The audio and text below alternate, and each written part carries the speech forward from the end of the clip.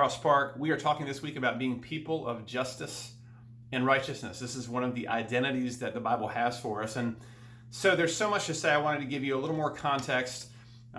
This video will be a little longer than some, just to help us think about how does our culture think about justice and righteousness. Primarily the views that I'm going to discuss, they don't bring in any moral beliefs. They make moral claims, but they don't have any way to measure the truths of those claims, and they're not totally sure what people are and why those people are so valuable. So let me give you some pros and cons of the most dominant cultural secular views of justice, and then some brief critique of them as well. So we've got three views that have influenced American culture the most. The first is the view that justice equals freedom. This is sometimes called the libertarian view. Very high on individual rights, rights to property, rights to a small government, that the government won't interfere in your speech or your assembly, your religion, your property, etc. Very positive on free market, very low on the need for government. Government should interfere very little, and it's all about individual rights. A lot of good things here. The problems, though, are a few. It downplays the roles of community and systems, which both affect how people live. It has an overly narrow definition of freedom. It's simply freedom from, rather than a biblical idea. It has a lot of freedom for the right things. And finally, it misses the fundamental fact that we belong to God. This view is very much you belong to you and you do what you want to do, and it misses the biblical truth that we owe everything to God. So that's the freedom or the libertarian view. By the way, these views don't necessarily line up with certain political parties or platforms in America. They have lots of overlap, but different people in different parties have believed different pieces of these views. View two, justice equals fairness. So like the first view, it believes in freedom and individual rights, but it believes that there are more rights. Things like healthcare and education are seen as rights, and the government has more of a role in bringing these rights to pass. So things like more taxation, more social programs, but they still believe in a free market. It's still fairly driven by individual rights. And so it too downplays the roles of community and systems more than it should. It does not appeal to transcendent beliefs. Really, secular culture in the modern world believes that we live in, think of it as a Tupperware box, and there's a top on it. And whether there's a God or spirits or truth or something out there, there's a top on the box, and those truths can't get in. The box isn't permeable, so to speak. So we're sort of locked in this world where we just have to figure things out without reference to moral things. However, without appealing to something like the image of God, it's very difficult to adjudicate when the rights of one individual or one group run up against the rights of another individual or another group. Also, this view likes and relies on what we would say are some Christian views or Christian ideas. It smuggles them in, things like dignity and treating people with justice and righteousness, but it doesn't want to actually admit Christian discussion into the public square. Okay, so that's the second view, sometimes called the liberal view, or the view that justice equals fairness. The third view, sometimes called a critical view or the postmodern view, is that justice equals power. So this view sees disparities in our culture that create a spectrum of power. So race, gender, economics, sexuality create a spectrum. And the more you're on the power end of the spectrum, the more problems you have. And the more that you are out of power, the more sort of moral weight your group has. People with power tend to oppress those without power, which is true, by the way. And therefore, we've got to deal with the power disparities. This also says that all truth is socially constructed, and it's all to benefit those who are strong or currently in power. Language is a big area of contention because language isn't simply discussion, it's power. So this theory says that marginal groups have to assert their identity and their truth because debating them on the terms of and in the language of the people in power isn't going to be fair because there's already a power differential. So the oppressed peoples have to figure out how to assert their truth and be able to rise up and gain power, and the people with power have to figure out how to step back and let that power recede. Now, listen, there are lots of truths that are helpful in all of these. As Christians, we believe in common grace. There are many true things that people can state about the world, whether they're a Christian or not.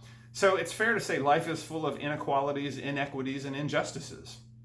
And many of those are because of systems, because of group things, because of cultural patterns. They're not all because of individual choices or individual rights. Some of them are because we have broken systems.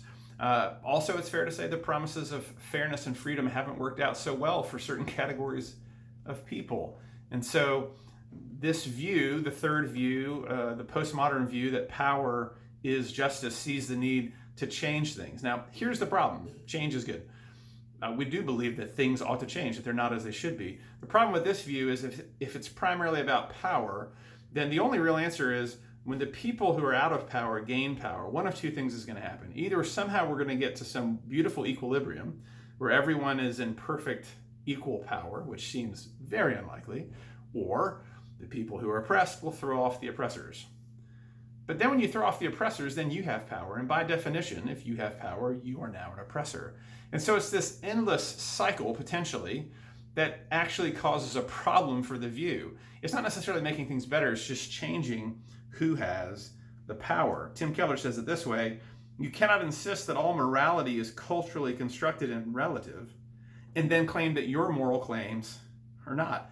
This may be the fatal flaw for the entire theory. So you see how that works, right?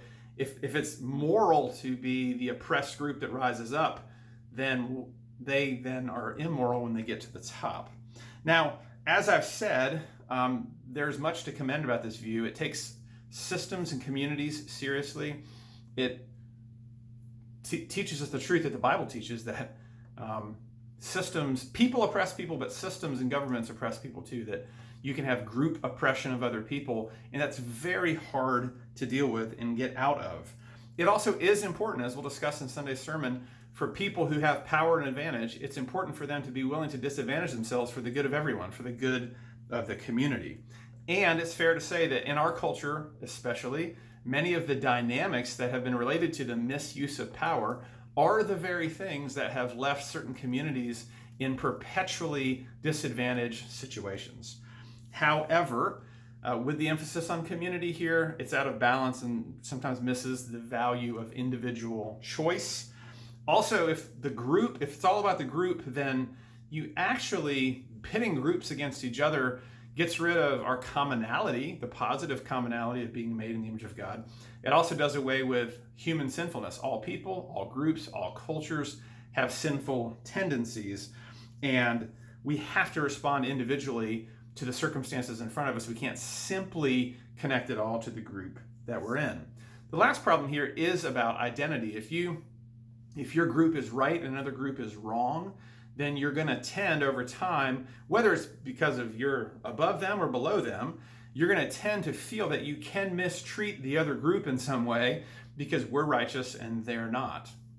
Finally, connecting it back now to our identity stuff, if your identity is both self-determined but connected to a group, if the group gives you some sort of righteousness or moral weight, then you're always going to be wondering if you're in the in crowd, if you're really in the group. Are you in the group enough? And you do see this sometimes in this theory that you have to be up to speed on whatever the group thinks to stay in the group. You have to perform, so to speak, ideologically to be able to be in the group. Okay. All three of these theories have some really interesting insights. All three of them, though, are limited because all three of them exclude the factor that makes the most difference in thinking about justice and righteousness. Why?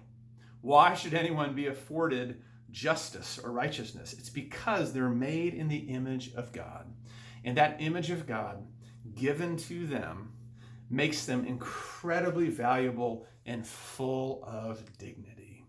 That is the big difference, that biblical justice will be about what God says about people and why we ought to treat them with dignity and kindness and love. That's why people deserve justice, and we'll talk more about this Sunday. Crosspark, thanks for your time. I know this was a longer video.